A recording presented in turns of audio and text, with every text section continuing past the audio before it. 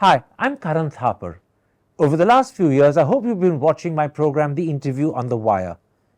During that period, I've interviewed doctors, politicians, businessmen, scientists, authors, and even the occasional Nobel laureate. For me, it's been exciting. I hope it's been enjoyable for you. But these, as you know, are tough times, and if this program is going to remain bold, independent, and sometimes even defiant, then I think we need your support. At the end of the day, it's a truism, but editorial independence is best defended by the viewers. So if you would like this program to remain the way it is, forthright, outspoken, and interesting, then would you consider supporting us?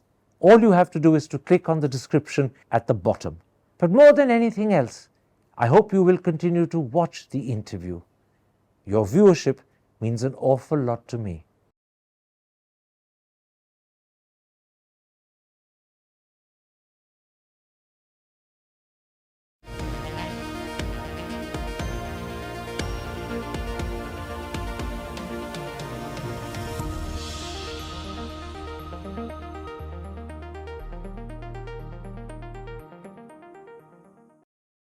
Hello and welcome to a special interview for The Wire.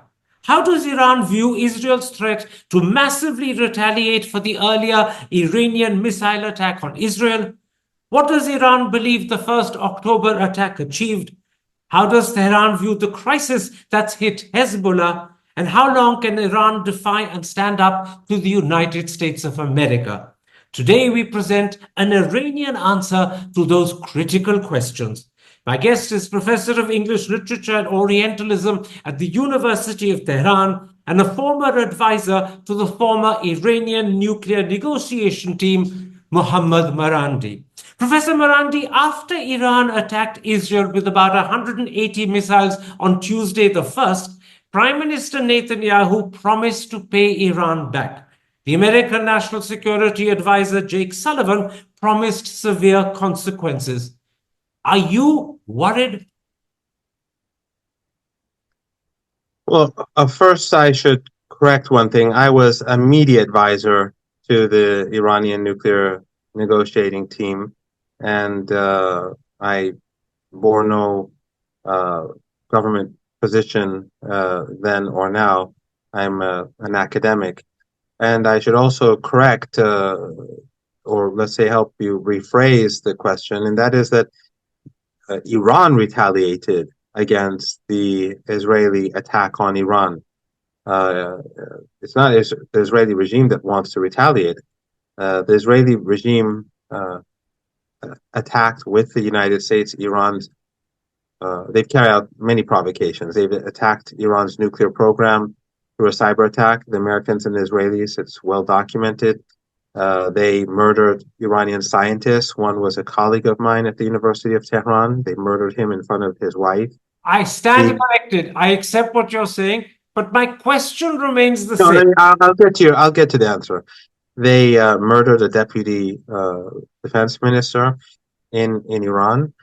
Then they bombed the Iranian embassy, which is outrageous. It's the first of its kind in history, except for an American airstrike on the Chinese embassy in the former Yugoslavia, which they claimed was a mistake. The Chinese never believed them. But then, so when the Israeli regime bombed the Iranian embassy, Iran retaliated. And then the Israeli regime murdered an official guest of the Islamic Republic of Iran, Martyr Ismail Haniyeh, as he was attending the president's inauguration. Right after the inauguration ceremony, hours later, in an official government guest house, they murdered him and his companion. So the retaliation from Iran was because I take your point completely, but my question remains the same. Netanyahu has promised to pay Iran back after the missile strike of the 1st of October. Jake Sullivan, the National Security Advisor of the United States, has promised severe consequences. My question is simple. Are you worried? No, without a doubt, the United States has done everything it can against Iran for decades. That's why we have maximum pressure sanctions. It means they cannot do more.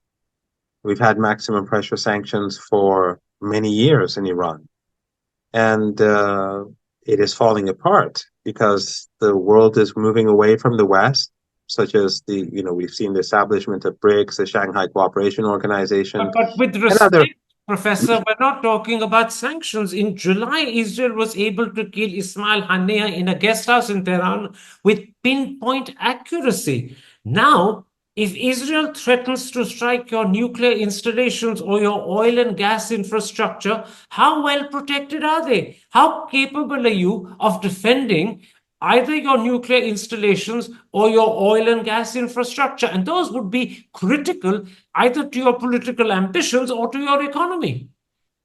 Well, I should be allowed to explain in full, because when you interrupt me, then I miss a lot of things that I could say, which would be useful to you and your audience. But I don't recall what I was going to say. But with regards to what you said about Netanyahu and the assassination, that was obviously a lapse in Iranian security, but that wasn't a major achievement. This government guest house was clear for everyone to see. It had a view of the mountains. It was built before these long-range anti-tank missiles or missiles that can be fired from a few kilometers away. They fired from the hilltops around Tehran, and in future, no one thought that the Israeli regime would be so well. I think few people thought that the Israeli regime would strike a guest for the presidential inauguration, where we had guests from India as well. But this But was a very special guest. It was the political head of Hamas, who they have been targeting and wanting to kill for a long time. He was then available. No, excuse me. I really can't answer your questions if you keep interrupting. He was a special guest, like all of the special guests. We had heads of state. We had many heads of state. People from your government have also been in that guest house before. So the Israeli regime, by bombing embassies, by bombing official guests of countries, are violating the most basic principles in diplomatic affairs and with regards to states, and it should be condemned. But the Israeli regime, it doesn't have a very strong intelligence gathering capability. The collective West is what gives them the intelligence. You don't really mean that, do you? You don't really. Well, absolutely. I know more about Israel. No, again, please, if you want to keep interrupting me, if you want to keep interrupting, I really can't say anything, because I've already lost my trend of thought on 2 or 3 occasions. No, without a doubt, they don't have great capabilities. It is the collective West that is feeding them intelligence. It is the Five Eyes. It is the U.S. and military, their airplanes flying over the region, their bases across the region. Even now, as the Israelis want to attack Iran, the Americans have said openly that they're going to help them. It is Western embassies across the region, in Iran, in Lebanon, that are assisting them. So, without a doubt, the Israelis. I'm not denying it. You may be right. Excuse me.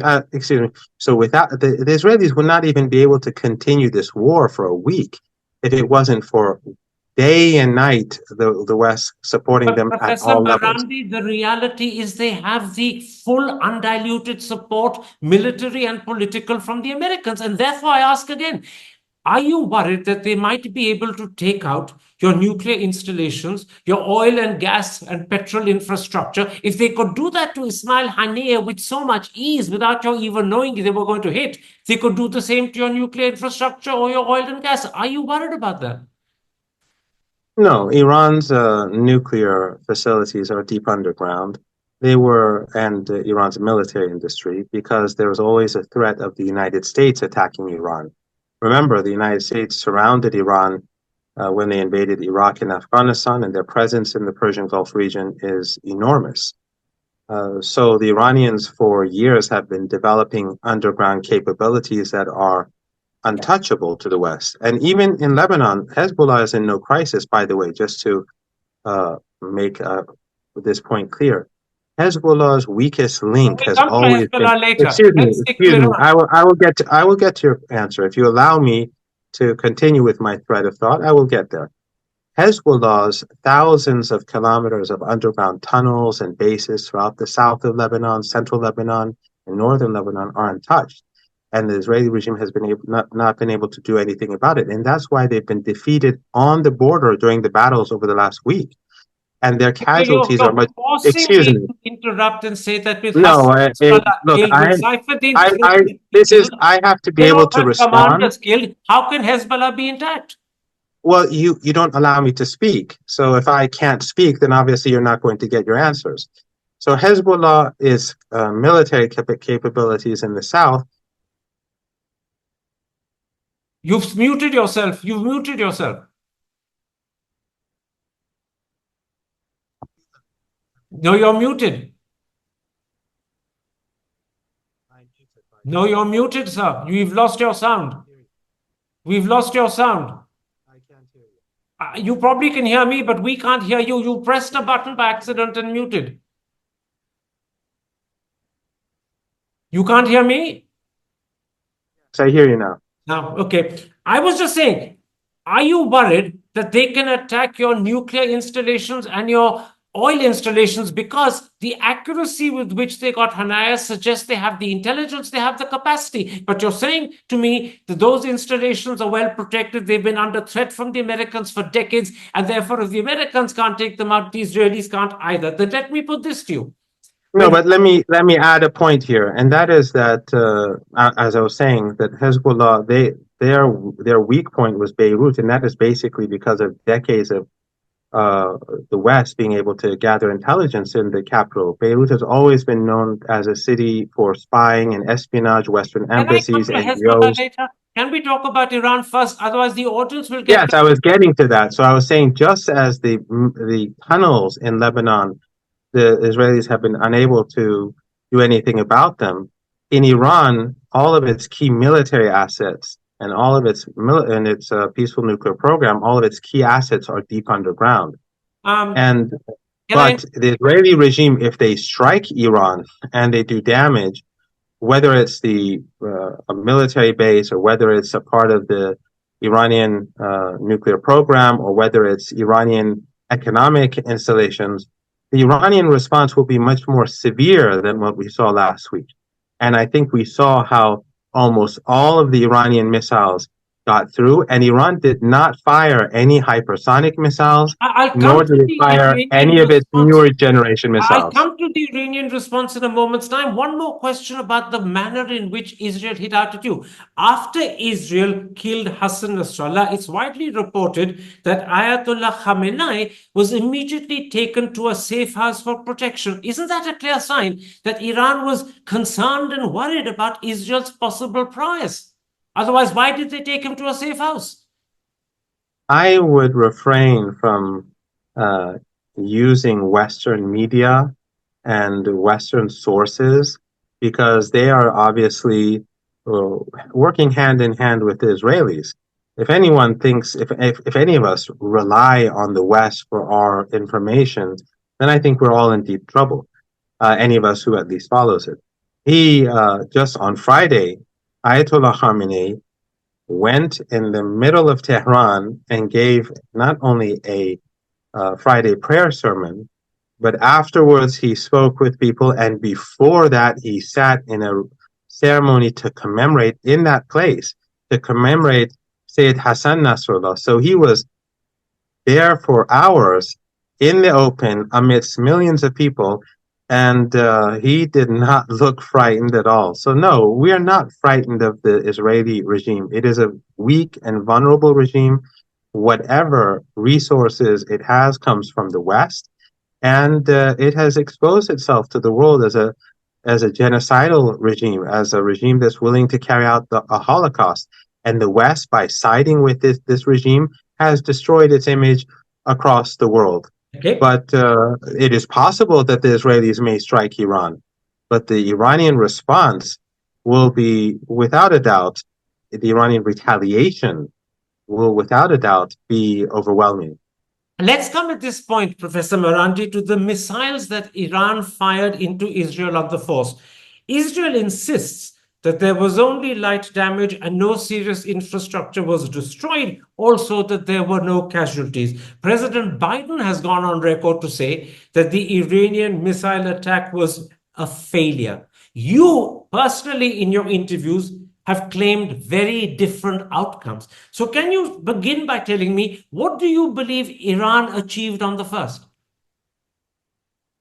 I think you have seen footage of the missiles striking, and I think you've seen how devastating the impact was. And if You it tell was me. such a You tell me. I'm if it asking was you. Why if don't it you was tell me what do you if think Iran achieved? if it was if Iran severely damaged Israeli military capabilities. Look, let's be very blunt here.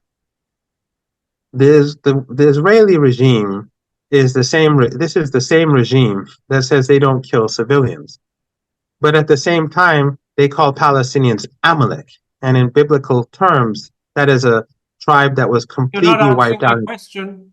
I am. I'm saying that you are using sources as credible, or you're putting forward to me sources, and you're not necessarily saying personally that they're credible. You're saying to me that this source says that the attack was a failure. Well, that And same I source asked and you, that what do you same think that Iran achieved? I'm asking for your oh, opinion of well, what Iran, Iran achieved. as I pointed out, Iran severely damaged their military capabilities, Which and the ones? Which and ones? one was the airbase. And the very fact that Iran strikes military targets and not civilian targets, whereas the Israelis focus on civilian targets. I was in Beirut during the last for 8 or 9 days. I just returned 3 days ago. They've been bombing houses and residential towers day and night. They've been slaughtering women and children, just as they do in Gaza. You So what mentioned the Iran airbase. strikes You mentioned the airbase. I assume you're talking about Nevatim Air Base. Two American newspapers, the Washington Post and the Wall Street Journal, have accepted that at least 24 Iranian missiles hit the Nevatim Air Base. That's where it's said that Israel's F-35 fighters are kept. We've seen satellite images of the hangar being damaged.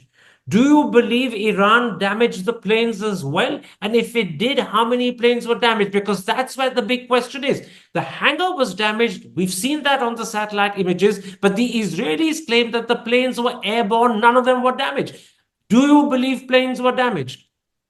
Well, as I said, without a doubt, the planes were destroyed and damaged. But more than that is the very fact that none of the missiles, which are older generation missiles of Iran, none of them were stopped. Among the almost 200, roughly 200 missiles that the Iranians fired, only 8% or 9%, I don't know the exact number, didn't get to their destination. And it's not clear how many of them were intercepted and how many of them didn't make it. Because as I said, many of these are older generation missiles that have been in stock for a very long period of time. Iran hasn't begun using it. Why did you use old generation missiles that you aren't even sure would make it to the destination? Why didn't you use new ones? What's the point of attack with old missiles? That's a good question. First of all, almost all of them got through. That's key. And second of all, that's the same question that people asked me in April when Iran fired the drones and old missiles. When Iran fired 300 drones and a couple of dozen of older missiles, Iran forced the Israelis and the Americans. The Americans did the heavy lifting, not the Israelis. Their air defense capabilities are the more important ones, not the Israelis. But they use all of their capabilities to down these drones. They spent billions of dollars, whereas Iran spent literally nothing. But that was an intelligence gathering operation. Okay. So this time round, the Iranians used these drones that got through, and they still have not revealed their real capabilities to the Americans or the Israelis, because they're using older generation missiles. More capabilities, better capabilities that can actually go through the Iron Dome, David Sling, and Arrow 2. In other words, Israel Yes, has a yes, lot to worry about. yes, Iran can easily do that. Iran has hundreds of thousands of So this missiles. was admirable restraint on Iran's part, as you're suggesting. Iran, Hezbollah, the resistance has shown restraint for a year. Yeah. For a year.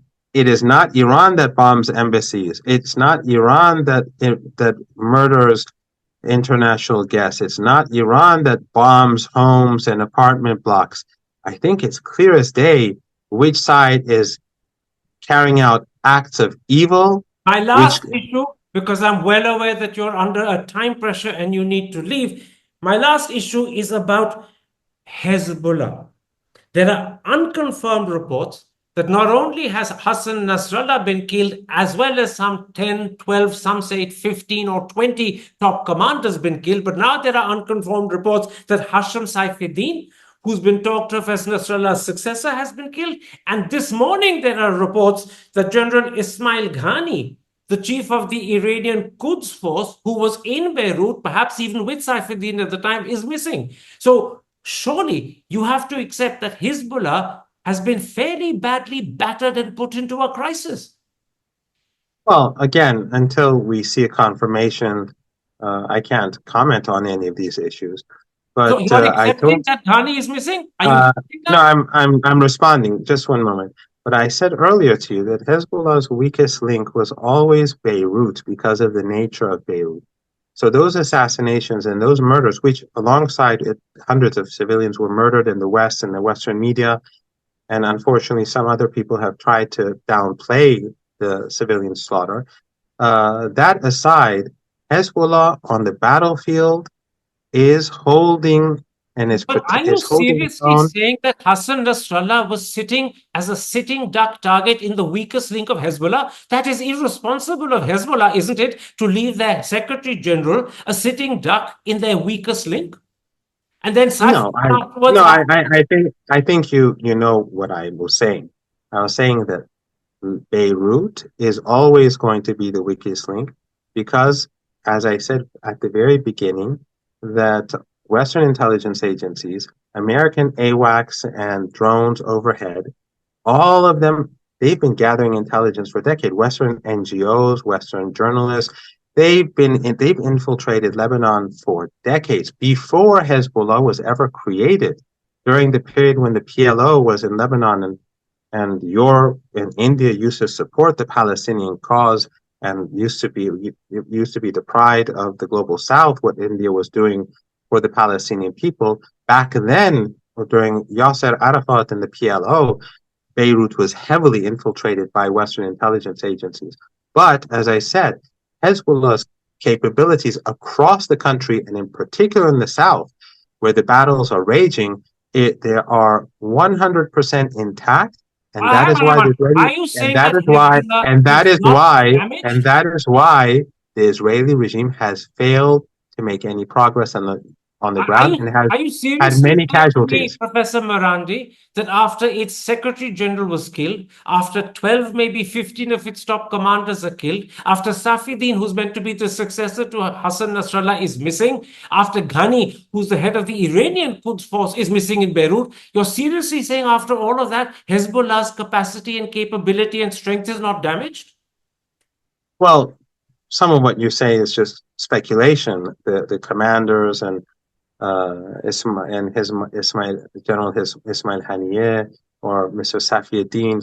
And again, I think you rely too much on the Western narrative, and that is basically how the West tries to But Iran is silent run about the all these show. things.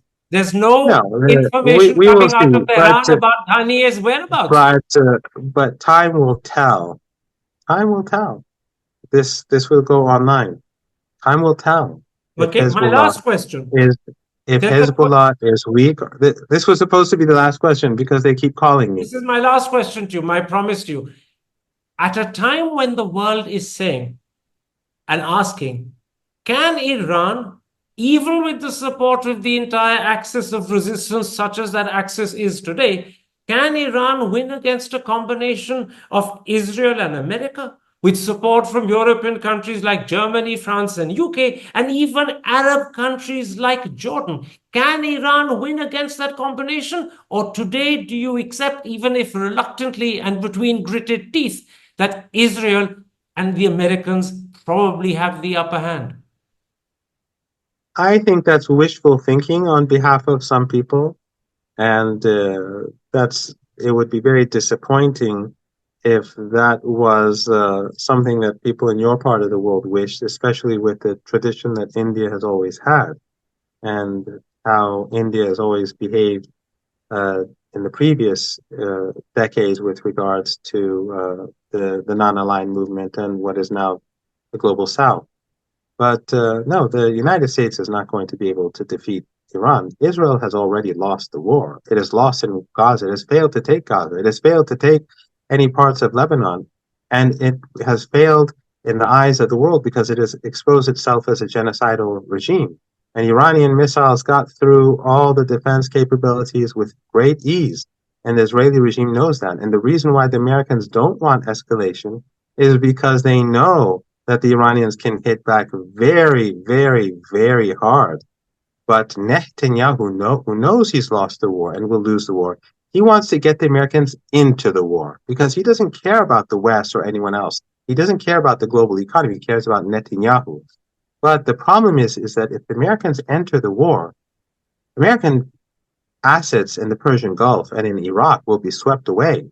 And those regimes that host American bases, their oil and gas installations will be swept away because war is war.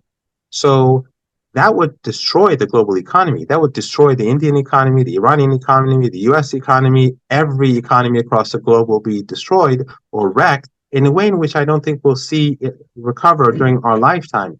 And the Israelis don't care because the only thing they care about is their own selfish interest and preserving this colony, which stands upon the blood of so many innocent Palestinians and Lebanese and others. Professor Marandi, thank you very much for the time you've given me. My apologies for extending it beyond what you have time for. I know you're busy. I know you're at a conference, but I'm grateful you made time for me. Take care. Stay safe. Bye for now. Hi, I'm Karan Thapar. Over the last few years, I hope you've been watching my program, The Interview on the Wire. During that period, I've interviewed doctors, politicians, businessmen, scientists, authors, and even the occasional Nobel laureate. For me, it's been exciting. I hope it's been enjoyable for you. But these, as you know, are tough times, and if this program is going to remain bold, independent, and sometimes even defiant, then I think we need your support. At the end of the day, it's a truism, but editorial independence is best defended by the viewers.